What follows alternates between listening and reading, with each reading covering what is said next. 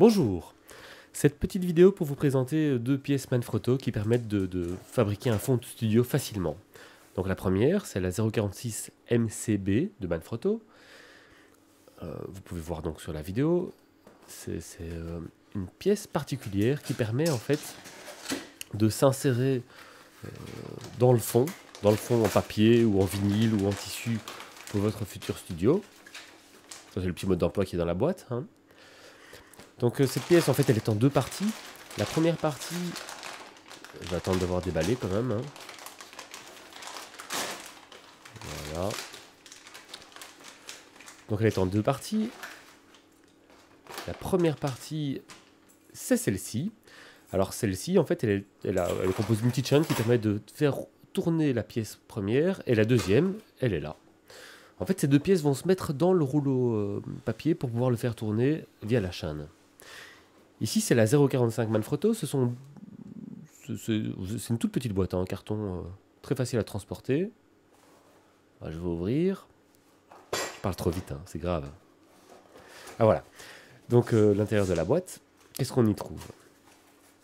On y trouve des petites attaches qui permettent d'attacher ce support contre une barre, hein, ou un pied quelconque.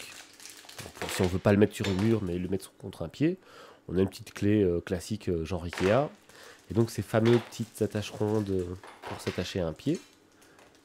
Ensuite, on a des vis.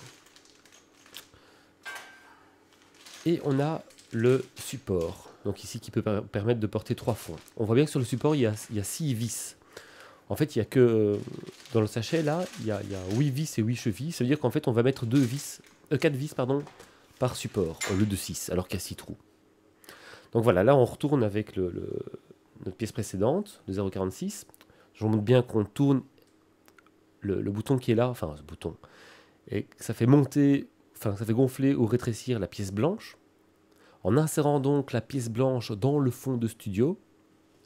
Voilà. Et en tournant ce bouton-là, eh bien, on permet de faire gonfler la pièce blanche pour le bloquer dans le fond de studio. Voilà. Vous voyez, là, je tourne, je le serre en fait très fort. Vous voyez, il ne bouge plus. Il est fixé dans le fond. Ouais, super. Alors, je vais mettre je vais placer la pièce contre le mur. J'ai fait des petits marqueurs, hein, pour voir un peu où j'étais. Il faut laisser vraiment entre la pièce et le plafond à peu près 11 cm pour pouvoir passer le fond de studio au-dessus de la tâche, évidemment, pour pouvoir le mettre dedans. Si on met le fond contre le plafond, ben forcément, on n'arrivera pas... Enfin, la tâche contre le plafond, on n'arrivera pas à mettre le fond dessus. Avec un petit crayon, je marque là où je vais devoir forer, et puis hop, c'est parti, je fore. Et comme j'ai dit, sur la pièce Manfrotto, il y a 6 emplacements de vis, mais on va en utiliser que 4, puisque c'est les 4 vis qui sont fournis avec le support. Voilà, donc là, je montre bien qu'il y a une vis que je n'ai pas placée. Donc mon support est mis au mur, et qu'au contraire, d'autres vis sont mises. C'est une excellente finition, hein, c'est très très qualitatif. Mon fond est placé, là c'est un fond vert. Alors ces fonds sont souvent emballés dans du plastique, on voit mon gros ventre, quelle horreur. J'enlève le plastique.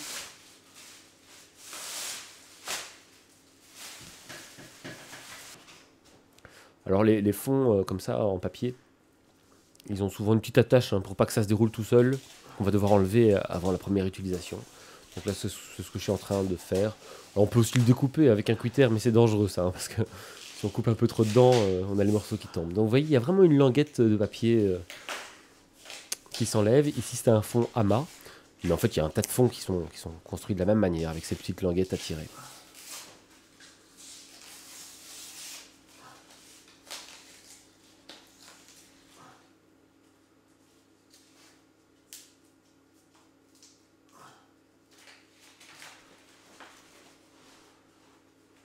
Voilà. Et voilà, en tirant sur les chaînes, le fond descend et monte. C'est réussi, victoire. C'est terminé. Et bien bonne chance pour votre studio et votre fond. À bientôt.